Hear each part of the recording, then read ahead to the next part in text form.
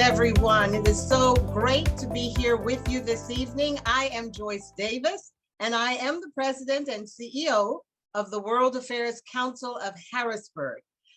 We are really privileged tonight to have someone who has just returned from the war-torn country of Ukraine. Tamara Demuria will be joining us shortly to talk about her experiences and really just what is the case in Ukraine. But before we do that, I'd like to invite a colleague and a dear friend to join us, Patrick Bryan. He will offer our formal welcome today, and also just to tell us a little bit about the Tennessee World Affairs Council. So Patrick, please join us. Hi, Joyce. Thank you so much. It's a pleasure to be here with you and the World Affairs Council of Harrisburg and our sister World Affairs Councils, the International Relations Council at Kansas City, the San Antonio World Affairs Council, and of course, the WAC network around the country that dials into these events that reach beyond our neighborhoods and our cities and even our states, and we reach across the country. That's the power of the World Affairs Council's network, and I thank you for inviting me to be a part of this program tonight. We're looking at a situation that has been long developing, but is no less important, and it is concerning that some people may be getting crisis fatigue over the situation in Ukraine. But it's only been a few short months since Russia invaded Ukraine. It was an unprovoked, brutal aggression against the sovereign state that the leadership in Moscow does not regard as having its own sovereignty. And years ago invaded Crimea and set up a annexed territory to Russia and assisted militias in eastern Ukraine. So the fight has been going on, and the Ukrainian government and people have been fighting the Russians for 8 years now. And the February invasion was just one more incredible level of brutality waged against the Ukrainian people. And despite many predictions, the Ukrainians stood and they stood tall and fought back against the Russians in the face of war crimes. We've seen them well documented by the media that's been in Ukraine. Mariupol, the cities to the north of Kiev that were recaptured, and people were found with their hands bound and shot in the back of the head. The destruction to infrastructure, dams, water, power stations, schools, hospitals, and the like. Places where people were huddled in shelter. So the situation is grave in Ukraine. There have been over 5 million refugees who have fled the country, many to Poland, who have taken them in and shown incredible hospitality, but others to other countries in Eastern Europe and extending across Europe to Germany, England, and other countries in the West. So the situation in Ukraine continues to be something that we cannot ignore or set aside as yesterday's news. It's a current crisis. Just last week, I was talking with Anna Novosad, the former Ukrainian Minister of Education and Science, who will be a speaker in our continuing series this summer. And she was talking with me from her iPhone on a city cafe in Kiev.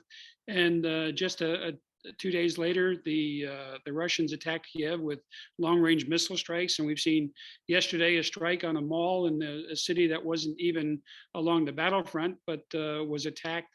And President Zelensky said as many as 1,000 people might have been in that shelter. But Anna Novosad is currently an education activist, and she told me she's working with Western agencies and USAID to rebuild the schools, 90% of which in the northern region of Ukraine that suffered the brunt of the Russian initial campaign have been destroyed. So children are returning to their villages and towns, and she and others are helping to get those facilities back up, ready for education of Ukrainian children. But the need is great now. It will continue to be great. We are looking at a long slog. There's no sign that Russia will back down, and the Ukrainians should not be expected to yield their sovereignty in the face of this brutal aggression. So the humanitarian issue will remain close to our hearts and our minds and the pocketbooks of Western governments and aid agencies. To continue the conversation over this summer, the Tennessee World Affairs Council, in association with the World Affairs Council of Harrisburg and others, will be bringing a series of programs addressing not just the humanitarian issues, but the full spectrum of issues affecting U.S. foreign policy regarding Ukraine, the European perspective, what's happening in Russia as far as the sanctions, what impact they're having on the civilian population, the disinformation campaigns that are keeping most Russian citizens in the dark. As part of the series, we will have Ambassador John Kornblum, former U.S. top diplomat in Berlin and Assistant Secretary of State for European Affairs. As I mentioned, Anna Novosad, who's the former Minister of Education and a member of Parliament, she'll be speaking with us. Dr. Thomas Schwartz, a distinguished professor of history from Vanderbilt University and an expert on U.S. foreign policy, and economist Dr. Maria Velikova, a native of Siberia and director of the Center for International Business at Belmont University here in Nashville, among others. We're still arranging additional speakers, but you can find a schedule for this speaker series. Most of them will be over lunchtime on Thursdays. You can go to your World Affairs Council if they are participating in the series, or you can come to the Tennessee World Affairs Council website. That's at tnwac.org/calendar. That's tnwac.org/calendar. So please take a look at the calendar. There's some fascinating speakers who will be able to fill in more background and context and talk about what's happening on the ground and what we should be expecting to happen in the future. Again, thank you very much, Dr. Davis, for the kind invitation and the opportunity to share that information. And again, thank you for Ms. Demuria to join us today and help us understand what's going on in Ukraine and what the humanitarian need there is on the ground. Well, thank you very much, Patrick. That was a very good overview of a situation that the whole world has been stricken by what has happened in Ukraine. First of all, been stricken by the feeling like, what can we do? And let me tell you, I know on this webinar we have people who are people of faith who really are questioning what's happening to the world. And then there are those who believe that the United States, or there should be something now to be able to stop unchecked aggression like this. So these are all the issues that we are going to be discussing. And Pat, we are looking very much forward to partnering with you this summer. And if you need speakers, trust me, our universities, and we have them, we can certainly help you fill in some of those blanks, but we're going to be walking alongside you with this profound series that you're embarking upon. So thank you for that. Thank you, Joyce. Let's get to what we're here for. We're here to talk about the crisis, the humanitarian crisis in Ukraine, with someone who knows about it firsthand. We have with us today Tamara Demuria, and she is Chief Humanitarian Officer for Corus International. Now, this is an organization dedicated to providing life-saving help to people facing disasters, crises around the world. Tamara joined Corus in 2020, and from FHI 360, I guess that's how you say it, where she served as the Associate Technical Director, Crisis Response and Integrated Development.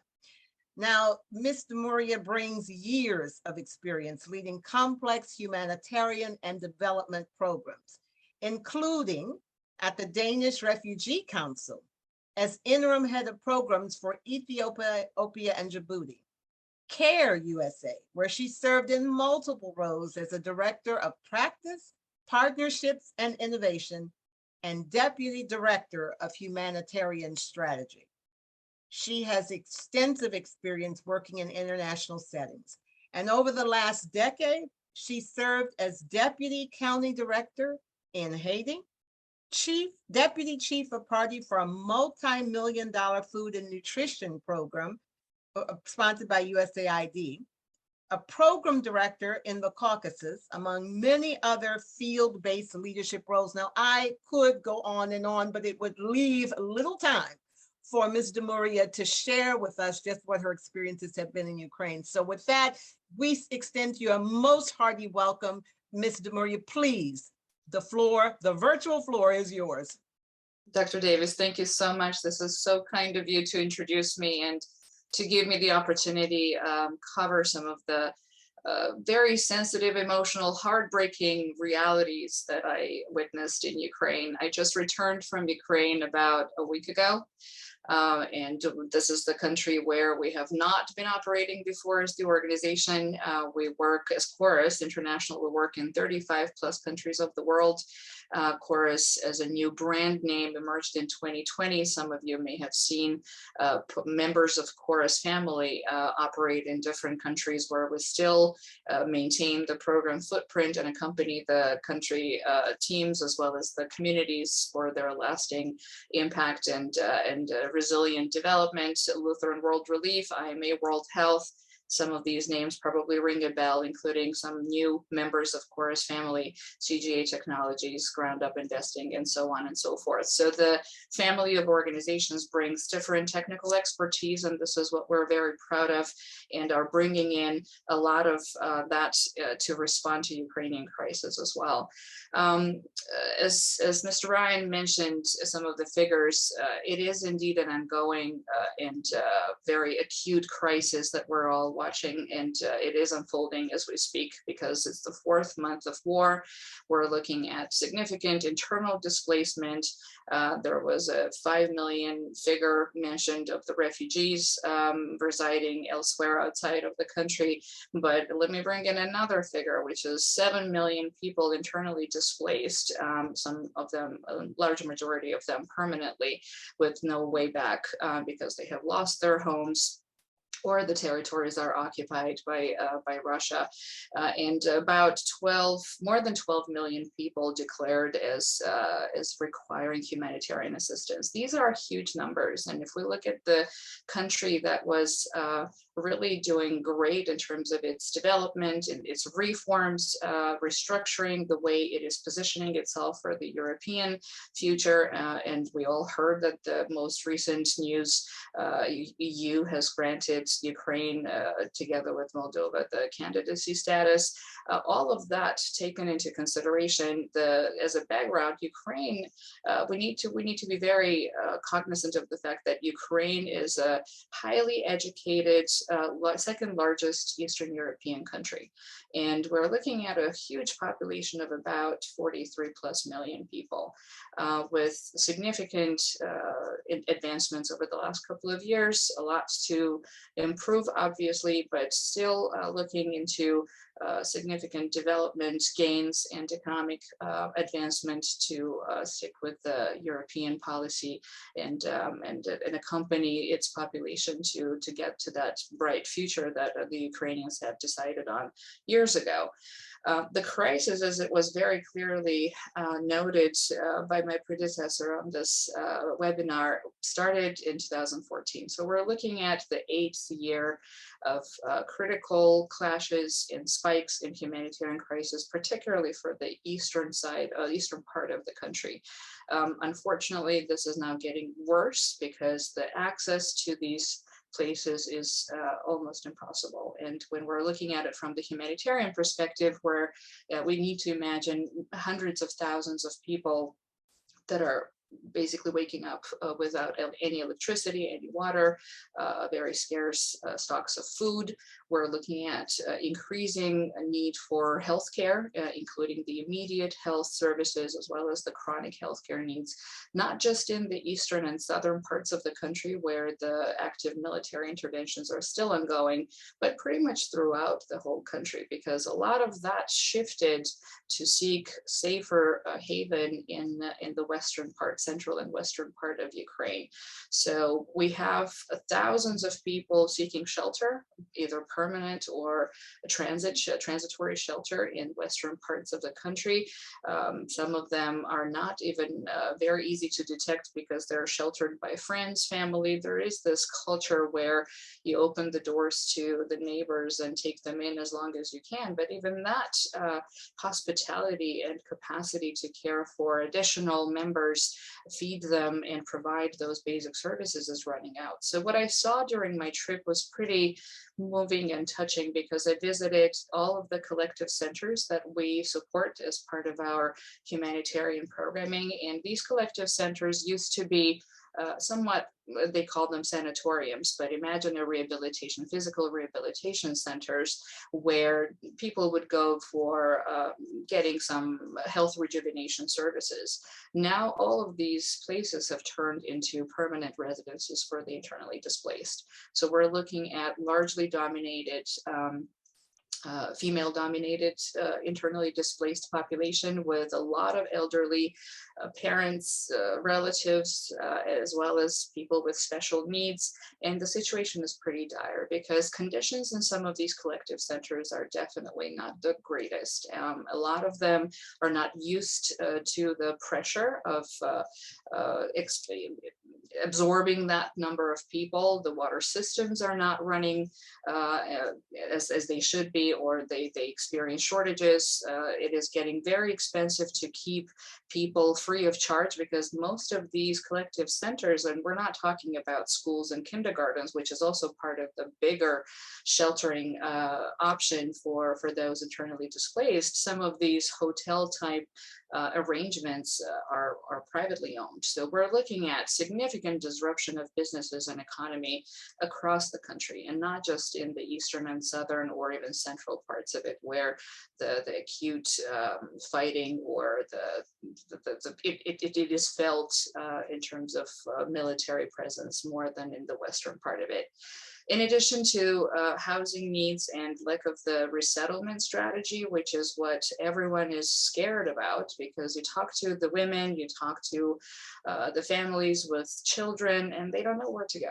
They all look up to you and say, will you sustain us? Is this something that you could help us afford? Because we're running out of our savings, we're running out of external support. The humanitarian aid is not enough to cover everyone.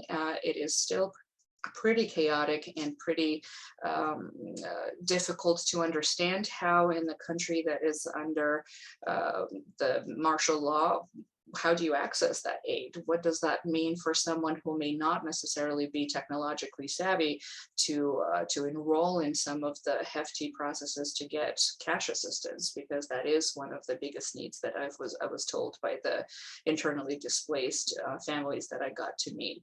Sanitary conditions, another concern, not just for the collective centers themselves, but also the healthcare professionals are really overwhelmed and concerned that they will start seeing the outbreaks of some of the communicable diseases, respiratory infections, waterborne diseases, because it is getting harder and more costlier to maintain the hygiene in some of these collective areas. And no matter how the locals are trying to keep it up, the supply chain is impacting their ability to even purchase soap, Clorox, some of the disinfectants to ensure that the sanitary conditions do not result in the major public health risks. Speaking of the health sector itself, we're seeing significant shifts of both the power dynamics and how the country is struggling maintaining the primary as well as secondary level healthcare. We're looking at significant shift of the technical capacity from different parts of the country, which was mostly aggregated around Kiev, the capital of Ukraine. Now, even the medical personnel had to flee from some of the areas that were heavily bombarded. And they're seeking shelter and trying to work in hospitals in the central and western part of Ukraine. What does that mean for those that are staying without basic healthcare services? It means that they are further exposed to even greater vulnerabilities. Most of them have chronic illnesses that require attention, require follow-up. People with diabetes require insulin, and as a simple example, insulin was in shortage. And while there has been a lot of the medical inventory as well as medical and pharmaceutical drug drugs donated, it's still not necessarily in the most coordinated way because logistics are challenging. The airspace is closed, as we all know. You can't fly into Ukraine because of the active war, and a lot of the airstrikes that are still impacting the country. So the only way to get there is by land, and you cross, most of us, especially humanitarian workers, cross over from Poland, which seems to be the safest route. And then you end up on an endless journey for hours, either by car or by train, which has started to be safer, although we've seen a lot of the examples when the missile strikes have hit the railroad as well because of its strategic importance and connectivity, as well as logistics used to transport military equipment and weapons to different parts of the country, as well as humanitarian aid.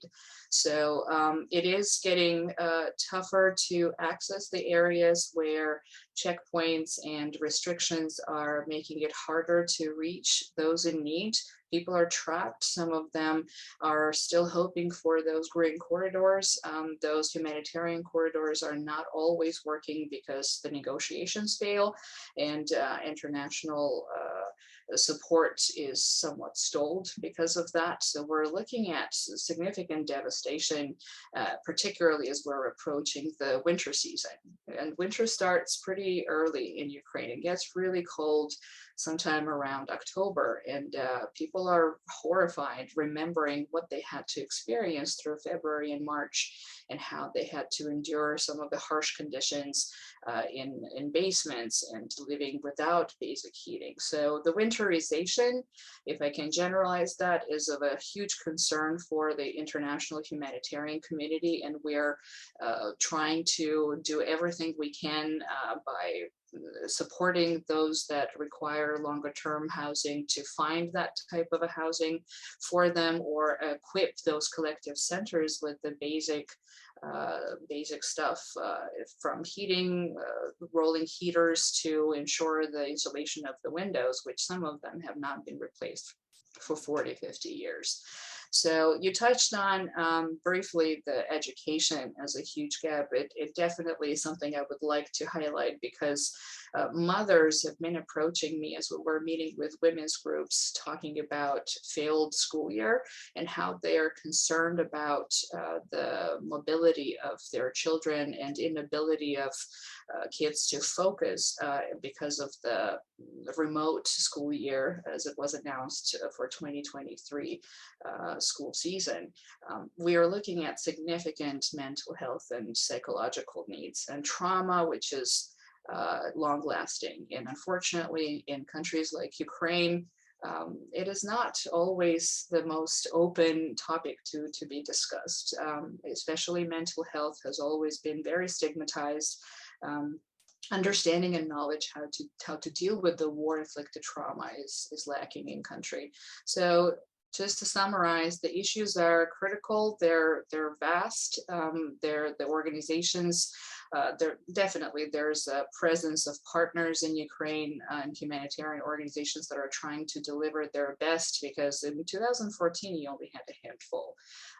There were not that many organizations present, but bureaucracy has not canceled the registration requirements, the legal side of it, in order to be able to operate and still avoid creating parallel structures, which the government is really careful about. With the reforms in the health system, with the economic development direction that it was taking, they're really concerned that we shouldn't be creating the parallel structures that we've seen in some of the other developing countries. And that is another bottleneck, and I think a hurdle that all of us experience, in addition to worrying about the needs from the humanitarian perspective. I'll pause here if you would like to dive deeper into some of these issues. Well, of course, but I will tell you, what you have just described is pretty overwhelming. It's hard to know where to begin, but let's begin.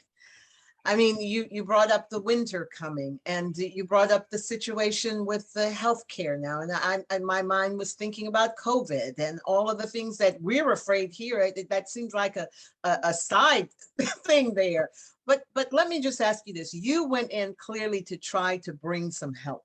So talk about, when you're a humanitarian worker, what are you able to do to offer any kind of help in these circumstances? That's a great question, and I think it's a constant challenge for countries that are at war, not just Ukraine, but particularly in Ukraine. This is where we rely a lot on the local capacity. So by bringing in and trying to figure out the hurdles related to imports, logistics, benefiting from the waivers that were issued by the government, really making it slightly easier to bring in humanitarian aid as compared to the previous times when you had to go through loops and hoops of clearance. And clearly no one has time for that now. From the government perspective, they're definitely absorbed into some critical issues related to the safety and security of the state, as well as the war overall and its impact on the population. We are able to provide the basic life-saving support, but it's not enough, and it doesn't always reach everyone. And I think coordination being a challenge across the organizations as well as the UN, it makes it a little hard to ensure you don't have duplication. You split and conquer some of the geographies and figure out what's the best way to reach the last mile where that support is extremely needed. So that definitely is what's happening right now. And I believe that the biggest challenge we're experiencing right now is not seeing the capacity funding wise to sustain the needs beyond the life-saving needs as of now. We're talking about winter.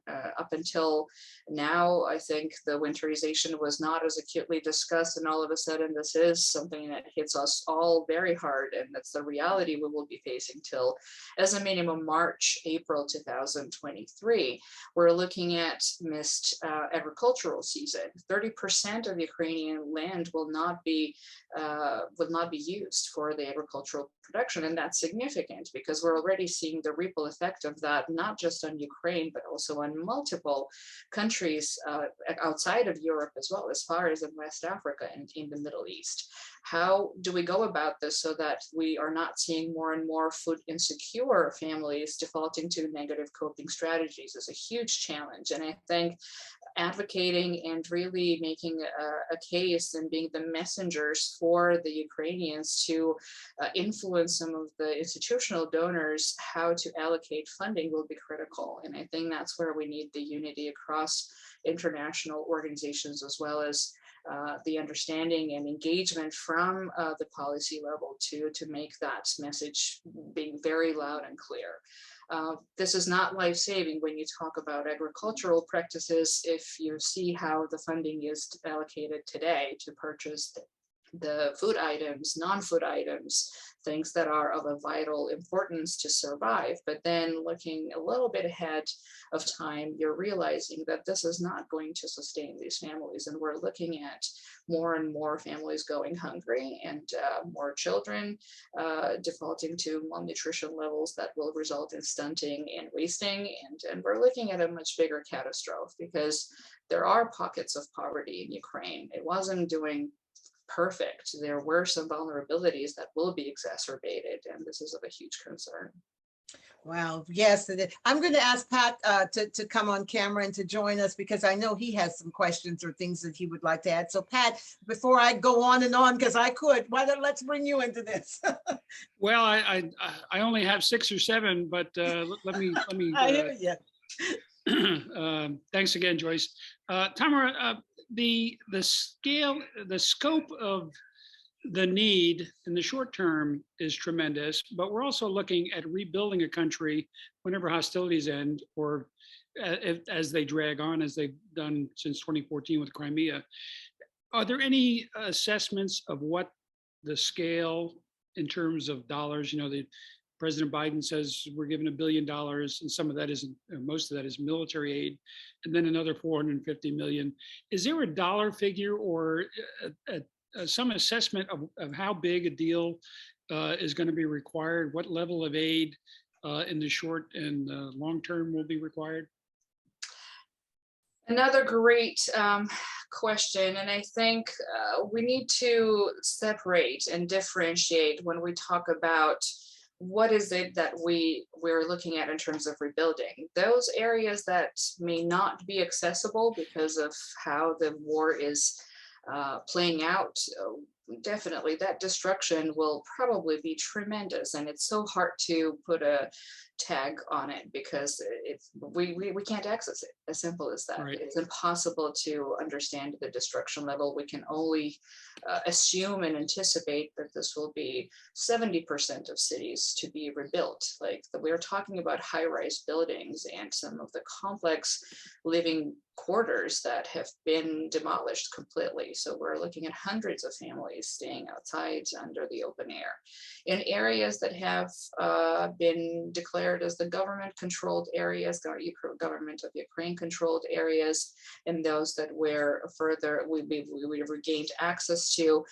Again, just for the infrastructure, it's a little bit hard for me to parcel it out, but we're looking at least $2.5 billion required to really make a difference in this country in terms of addressing the needs that were accounted for, and the assessments are still ongoing. I believe because of the land and how vast the country is, the information is coming in and these figures get updated. But we're looking at least $2.5 billion appeal for multiple sectors, part of them being shelter and some of them being schools and other types of infrastructure that is critical for Ukrainian society to continue dignified life.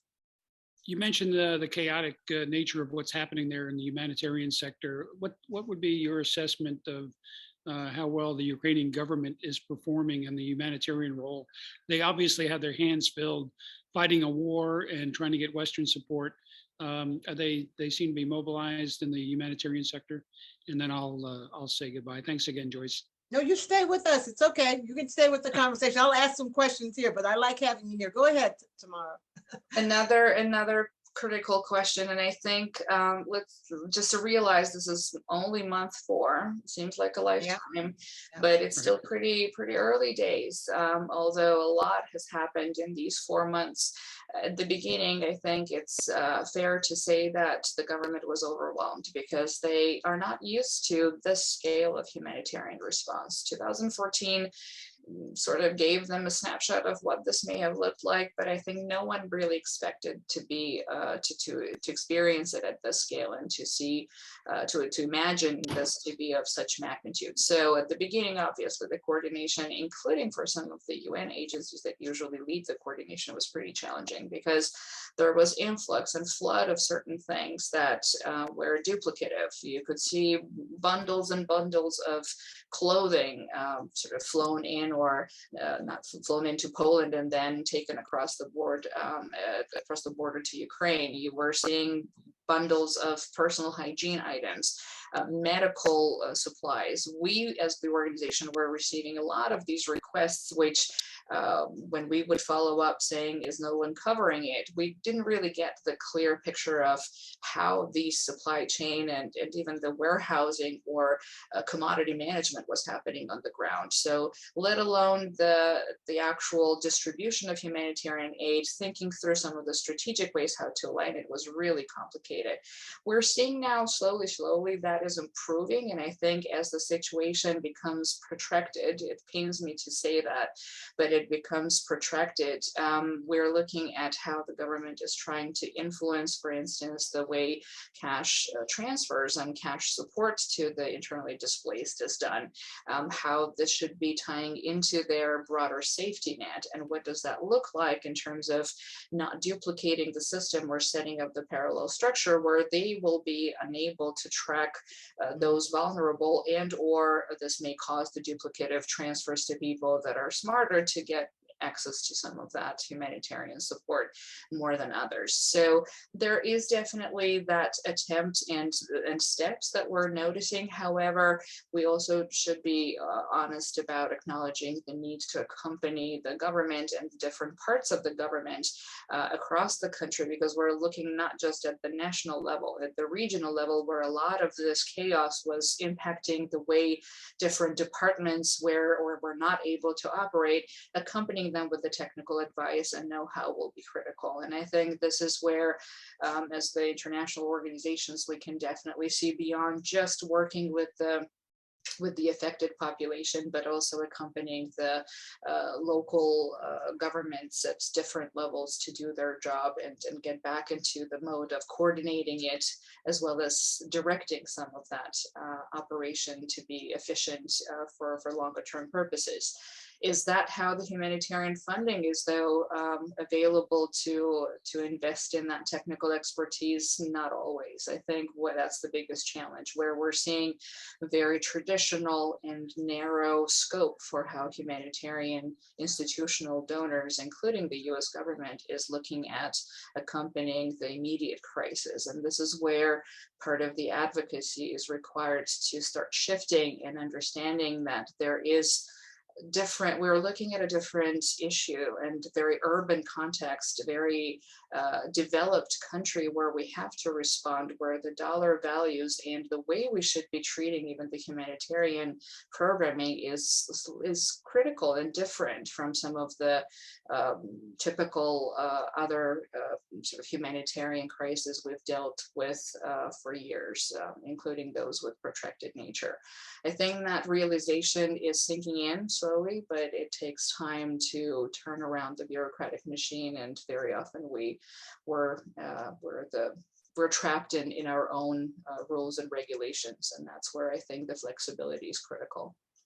We got a question here from one of our participants about refugees, and do you feel that many refugee residents in other European countries at the moment will never ever return to Ukraine? But also give us just an overview of where these refugees have gone and what the impact that has been on the region. So Poland is the largest recipient of the refugees, but we are also looking at Moldova, Romania, Slovakia, as far as Germany, France, England, Canada, and even the United States. Those of you that heard of United for Ukraine program, and I mean, I'm no expert in that, obviously, but there was a pledge from the US government to accompany a certain number of Ukrainian refugees, granting them temporary status.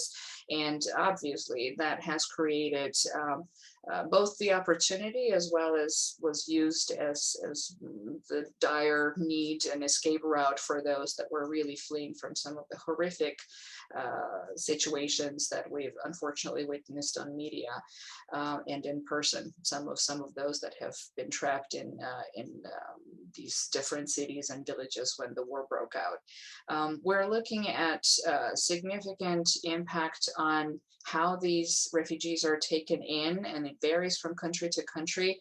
Poland has probably done an amazing job folding all of that caseload into their social protection system. And while the international organizations have kept boosting the intake of these refugees by working, providing technical expertise, providing cash assistance, and running some of these humanitarian programs, we're also seeing that Poland has really done a lot to enable access to the benefits and some of the employment opportunities for the refugees as well. I can't speak for other countries. We do have programming in Poland. That's why I intimately know how it works there, but it varies in terms of degree and level of complexity of how people are integrated into society, how and what are they eligible for, and what is their future, staying there short or long term. We're seeing a huge trend of returnees, and a lot of Ukrainians, especially those that were not comfortable staying overseas because of the language barrier, because of having half of their family left back in Ukraine. You know that male cannot leave the country because of the conscription and mandatory service, so that they can be called upon anytime. So that really drives the immigration and the refugee seeking asylum as well. You will see that a lot of families are just waiting it out to make it to return as long as it's safe. So I've done the border crossing during very early days when the war broke out, and I also did it most recently so I could compare the flow. There was a huge line that I once had to stand together with the same people that were crossing the land border for hours trying to get through the Polish border. And then the other day when I went back in there to do some some monitoring visits of the programs that we're funding, that line was thinner. It was still there, but it was thinner. And I could see a lot of women and even elderly rolling their suitcases back into Ukraine. And you could see that there is this constant flow, including by vehicles, where people are seeking options to go back. I've heard that constantly across most of the families that I visited, that if they have a chance to return, they'd rather earn their living in their own country. Obviously, there will always be a percentage of people that will not come back because of the horror that they've experienced. And we have a lot of sexual gender-based violence victims, a lot of those that have seen tremendous horrifying stories and experiences leaving cities that were under attack or were occupied, and some stories are not even to be told publicly. They're so heartbreaking and just inhumane. So those probably will not want to come back for a long time because they also require significant rehabilitation. And obviously a small percentage would have used this to formalize some of the immigration routes that they may have been thinking about because of the extended families elsewhere that could have taken them in, provide some of that safety net and support and economic accompaniment that they are not sure they would have gotten from the government support elsewhere seeking asylum as refugees. So it varies, but I think we're still looking at a significant number residing outside of the country. It's about 5 million or so, and that's not a small number when you think of the refugees with seeping but steady flow still leaving the country and seeking shelter elsewhere because of the safety.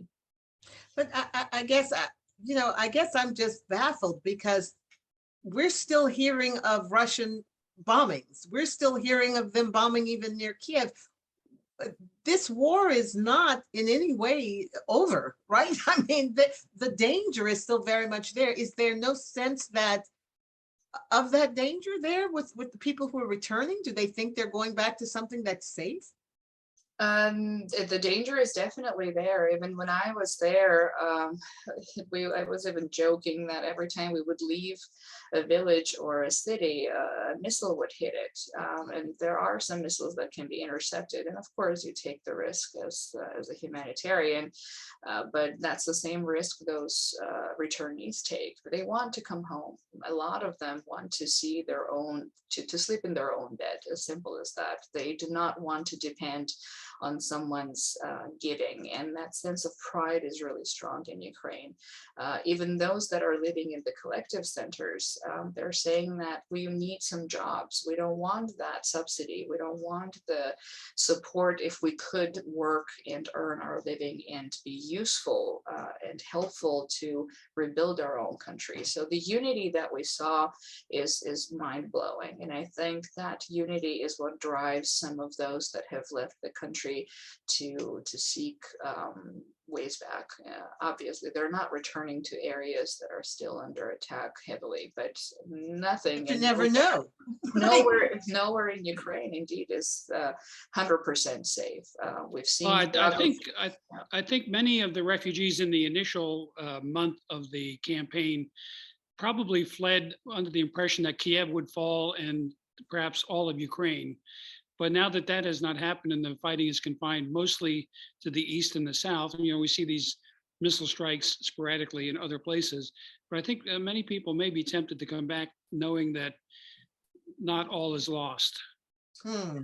Indeed, I think this message that the capital still stands and stands strong was reassuring for a lot of Ukrainians, because you're absolutely right. There was this expectation that once the capital is taken over, then what is there to not surrender? So I think the way the country has demonstrated that it still continues, or at least attempts to continue living as normal in parts of the country that are deemed to be safer, and I will underline the word safer, but not safe. You will see people working in those little cafes. You will see people hurrying to their jobs if they cannot completely depend on the remote work or hybrid options. You will see that grandmas and grandpas, or even the younger population, is standing and sewing something in the fields because they have to eat, they have to survive. There's this complete paralyzing is not going to drive Ukraine into any positive longer term outcome. And people have realized that. There is obviously that paralysis in terms of the shock as to what they're experiencing. And I think that sinks in that they need to start looking after their own self-help options. And I guess this is where longer term thinking is critical. Investing in the economy, in businesses that have closed. A lot of, I think only 2% of people maintained their jobs. A lot of them lost it. A lot of them were put on unpaid leave. It's a significant hit on the economy and livelihoods of individual families. If you think it that way, what COVID did to the U.S. With the job market and unemployment. Now imagine when you are in total dismay without any future or any possible substitute, what to do, and that's concerning. And I think this is where the focus needs to be if we really want to see positive influence and accompaniment and impact on the Ukrainian situation. I'll come back to you to talk about COVID, but I know, Patrick, you have another question. Go right ahead. Well, Joyce, I see you have a couple in the queue here. Yeah, there's several. If you want to take one of those, that's fine. It's interesting that they're all anonymous. In any case, let me ask a question, and then Joyce, you please feel free to go to the queue. Tamara, we've heard about the grain shipments that typically go to Africa and the Middle East and countries that are frequently food dependent on outside sources. Now, as a consequence of this invasion of Ukraine, we may see second and third order effects on a humanitarian scale abroad.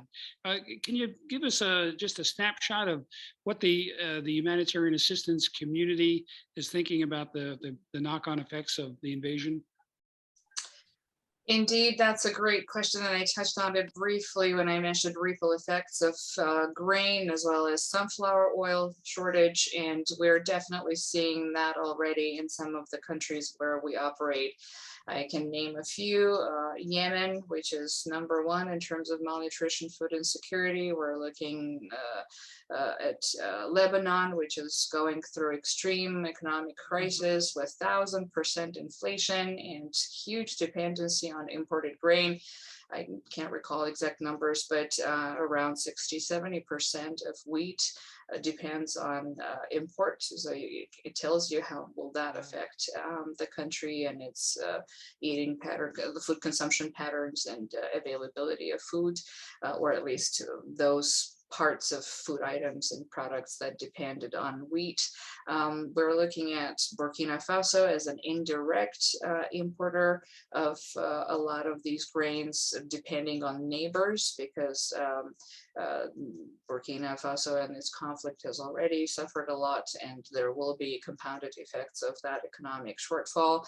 We're looking at Mali, we're looking at some other countries of South Sudan and so on. So yes, it is critical. It's concerning because behavior change to adjust to alternative crops doesn't happen overnight.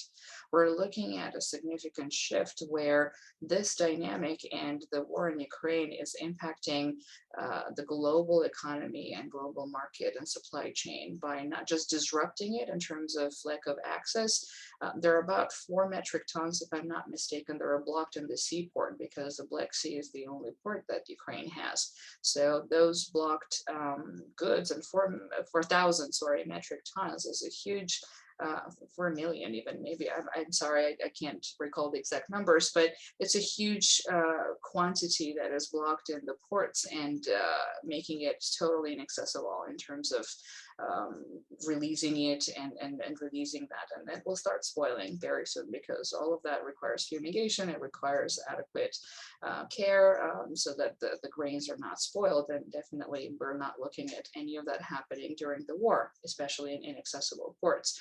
So not only production is going to impact and then create food insecurity, increased levels of food insecurity in those countries, but we're also looking at potential gaps and increase of crisis and hunger in certain countries that already are significantly undernourished and undersupplied because of the increase of prices. A lot of countries are canceling their tenders for the lack of quotas, competitive quotas, and they're retaining whatever grains they had in exchange to export just to default to alternative food sources. So it creates quite a chaotic and there's a ripple effect on it. But just before we move off of this, because there's some questions, are we seeing other ripple effects such as less giving humanitarian aid to these other crises because of the profound demand that there exists in Ukraine? I can say that one thing we notice is that the way appeals published by the UN and some of those figures that I was mentioning before in terms of global needs, Ukraine probably received the largest or the highest number of donations in a short period of time because of the magnitude, because of proximity to Europe, because of the international response or international concern related to what was happening in Ukraine. It is very unfortunate that most of other crises, especially the protracted ones, are seeing the decline overall because the international giving is also getting tired of hearing that Yemen is constantly in need of support and accompaniment because there is this protracted conflict which is driving the country downhill and creates significant dependency on external aid. We're looking at millions of people going hungry and millions of children being severely malnourished. So Ukraine is fading off as well. We're not hearing as much about Ukraine on the news. So it gives you that tendency of how the crises only have a certain attention span with media, because then people get tired, and that impacts as well the focus and concentration of the giving as well. However, as I said, Ukraine still received a significant portion during the first maybe month or two, and we're seeing steady decline across all other countries, which is concerning because some of the appeals that have been out are only funded at 47-48% of the 100% needs. What does that mean? You only scratch the surface, and you're not reaching those that are in extreme dire conditions. So, boy, I tell you, I don't know how people like you who have this big view of how bad things are. I mean, how do you keep going? I mean, that's a whole nother show here. But let me just pull in two of these questions that are here. One of them says there are reports that many Ukrainians in the central and western parts of the country were suspicious of Russian-speaking Ukrainians in the east before the invasion. So do you see that animus continuing or even increasing? And the other question combines it. Is there a sense that the war is creating a unified Ukrainian national existence? Is this perhaps wiping away the divisions? Great questions and tricky ones. I'm not an expert in Ukrainian matters, but I can tell you what I noticed. And I think to the first part of the question, indeed, you see that there is this resentment and negativity in certain parts more than in other parts of Ukraine towards Russian language in general. And I think certain nationalities are also singled out because of the political positioning and stance of the countries that they represent. There are certain nationalities that are embraced because of the camaraderie that has been widely demonstrated, again, going back to the political nature and political will of the countries that they come from. And those nationalities are at times forgiven for Russian-speaking capacity or skills because English is not necessarily well spoken across the country. You only have a fraction of the population that is educated overseas or has been educated in country and has a command of English that allows you to interact with them. So by default, and you can't erase the Soviet regime and the 70 years of the co-living and using the Russian language, which even up to the most recent years was heavily practiced across Ukraine up until very recent when they adopted Ukrainian as a national language. And a lot of ethnically Russian Ukrainians are also, particularly in the eastern part of the country, speaking Russian and not having a strong command of Ukrainian. So it fluctuates, and I think it's a very sensitive across younger population, which has that very nationalistic movement and is really united because of what's happening. The older population is a little more forgiving, especially if you are from one of these countries that are demonstrating commitment and accompaniment and support politically. So it varies, it definitely does. Whether that unites, to the second part of the question, whether that unites the country, I think more than it divides it. I think there are some political positions that people are still very opinionated about, but because of the need and the dire situation and everyone defaulting to helping each other and giving a hand to their neighbors, they definitely speak to the common position of sovereignty and maintaining that independence and getting through it for the better days, and how Ukraine will win. You hear the songs that are very motivational, very militaristic in terms of how it sort of brings, and people singing those songs. Some of them are very popular on social media, and that overall approach across the country. Even if you have lunch with the local partners, they talk about the victory and how they will come out of this, and Ukraine will see bright days. So yes, I think largely speaking, there is this unity across the country, which probably has more to contribute in terms of bringing different people from even different political views together than dividing them. I think the conditions of the war have impacted the country a lot in terms of how they position themselves internally and externally. Pat, you want to take one of the questions in the queue, or one of your own? Well, I've got one, Joyce, Okay. and then I'll take a look in the queue there. Tamara, we've seen a lot of coverage of the military assistance coming across the border, and NATO troops and logistic support bring things to the Polish-Ukraine border, and then they're trucked in by various means. Give us a sense of what the logistics train is for humanitarian assistance. Are Western governments involved in assisting with the logistics? Are NATO militaries involved? Or is this all civilian, everybody's on their own?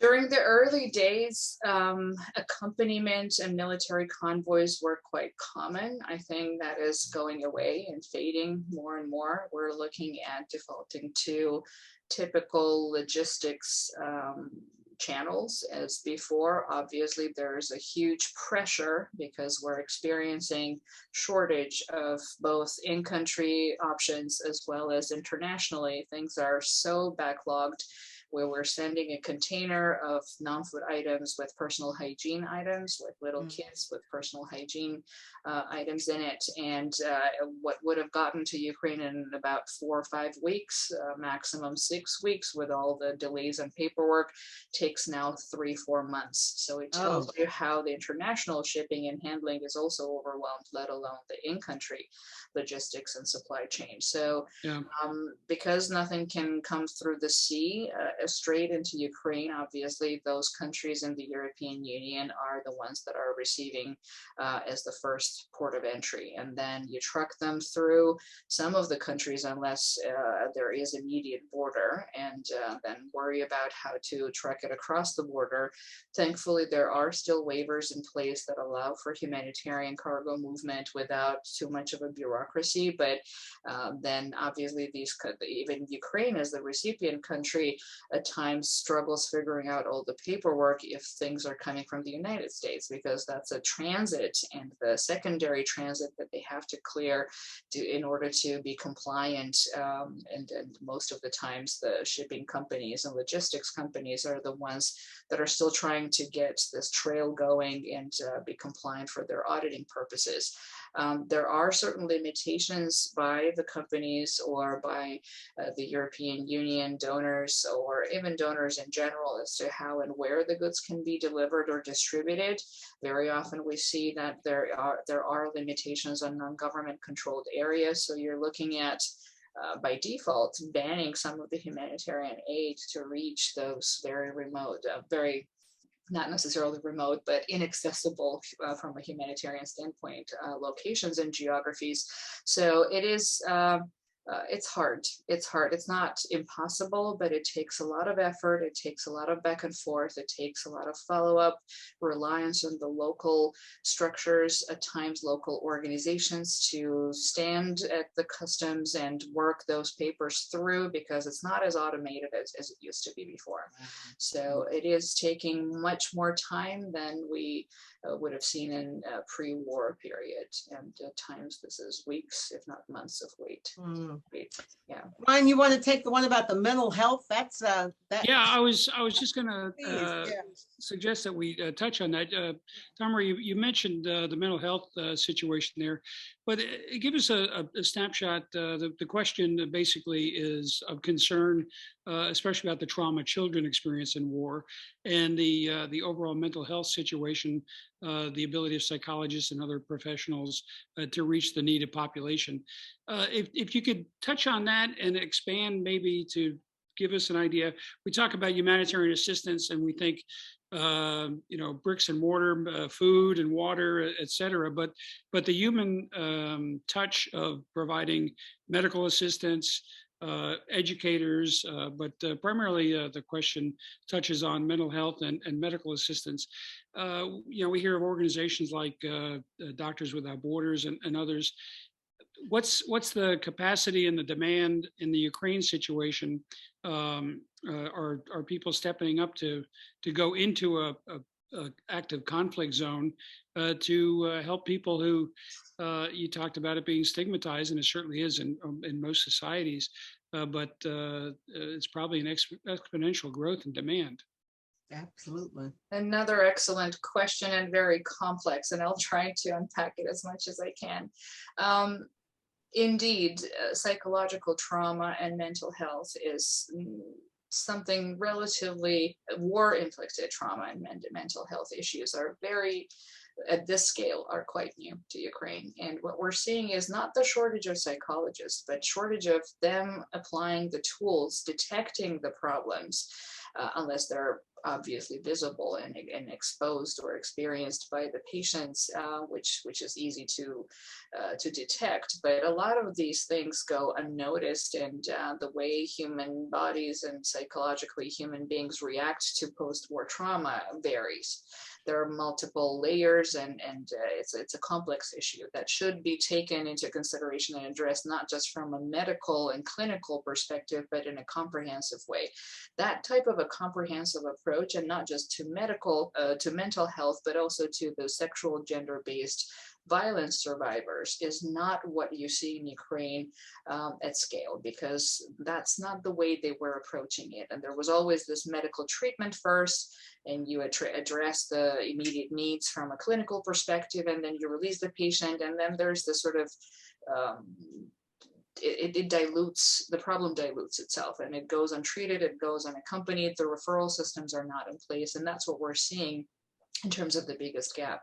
And what we're trying to do is exactly to accompany these professionals by retraining them and exposing them to some of the international capacity and know-how and tools and cheat sheets as to how they can basically rearrange their knowledge and approaches and contextualize them, because not everything can be copy-pasted from other societies and environments as well. So this has to have that contextualization approach in order to work for the Ukrainian needs. And that's one angle where you see a lot of organizations, including us, that work from the medical perspective or mental health perspective. We're looking at providing that know-how to strengthen local, technical, and professional medical or whatever type of personnel that has to deal with this to really accompany the patients all the way through.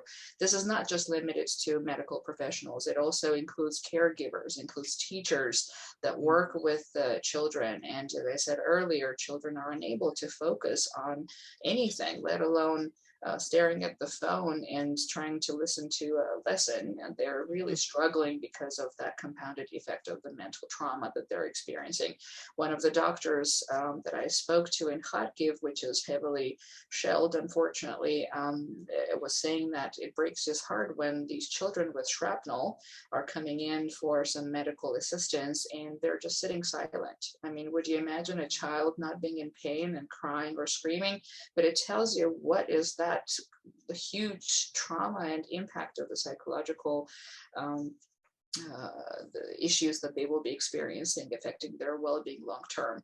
What we're doing in terms of health programming provision and health services provision, as I said, there is no shortage of doctors. They've shifted to locations where they also had to flee with their families, and they've reshuffled these technical skills where in western part of the country that did not have specialists of a specific type before. Now they have influx of people that were mainly residing in Kiev or in the central eastern part of the country. So that western part sees a lot of technical capacity, but influx of everyone storming those hospitals and trying to come for any type of medical reason, for a small cut to war wound, to chronic health issues and some of the life-threatening things. To dealing with COVID, I'm sure that has exactly. I mean, no one wears masks. Obviously, COVID does not exist, quote unquote, in Ukraine. Who has time for COVID when they're trying to, work around survival? And obviously that is an issue because it goes untraced, undetected, and very often uncured or untreated. So that shift of the medical power and medical presence of services has created a gap in areas where people can't get basic primary health care. So that's where we are stepping in, as well as other international organizations providing medical services on the spot by either providing it directly and employing the overseas doctors and doing some of the medical interventions and teaching and training the existing personnel to do triage, to step up in terms of application of certain tools and guidance from WHO guidelines. Or what we do as Corus, we do medical mobile healthcare service provision. We hire the local doctors that are still available or have been left without a job because their facilities were heavily impacted or they became internally displaced themselves, and staffing up the mobile team that goes around and brings those diagnostics, the basic screening opportunities or basic prescriptions and some treatment options to those collective centers where you have concentration of the need. Right. It is not sustainable, but at least it does not distort the government approach and the reform, the health reform that used to run and was nearing its completion, but unfortunately due to war did not have a chance of getting through the finish line. So we're trying to not create parallel structures, but maintain that service until the government reassesses how and what they see as the long-term solution for those disrupted services. So we are nearing the end of it, and it's gone over the hour, but I do want to at least allow you to end on the question of religion and of faith and all of that. That's one of the questions that's here. There was the question of how important was faith before all of this and how important is it now? Is it something that people are using to help them cope with this? Indeed. Ukraine is heavily dominated by the Orthodox Christian religion, and it has some wonderful historic churches that used to be sites for tourist attractions. And unfortunately, we've seen on media how some of these churches were burned down, and even burned down not because they were part of the overall attack on the city, but targeted at times. And that really created that sentiment across the nation that, this this is so sacred, and shared religion with those that are attacking us is something that is untouchable and should not even be part of the war. If we're arguing about certain things, the religious and sacred places are definitely out of that equation. But unfortunately, we're seeing that this is not true. And a lot of that destruction is really impacting the way the population reacts to it. So the religion has been uniting. You talk to them, and they definitely weave in the belief in God watching Ukraine, watching over Ukraine, and accompanying them all the way through. So I think a lot of that has become even more of a typical sort of natural psychological accompaniment and support of those that are heavily impacted by what's happening in Ukraine. Unfortunately, we're not seeing the service happening. A lot of that has been stalled, if not paused, because of the safety and security, and they're trying to avoid collective sort of congregation of people in certain places that could become a target. We're seeing what's happening with shopping malls. So churches are other parts of population where people get together to pray, to really share that accompaniment and that support with each other, and really find peace of mind. And I think that is there. It's definitely there. There is more need for the faith-based organizations to support, and there's a lot already done by the faith-based organizations to accompany those of different religious and faith denominations as well, not just the Christian Orthodox, but it is one, and has been always the uniting factor, especially reaching the most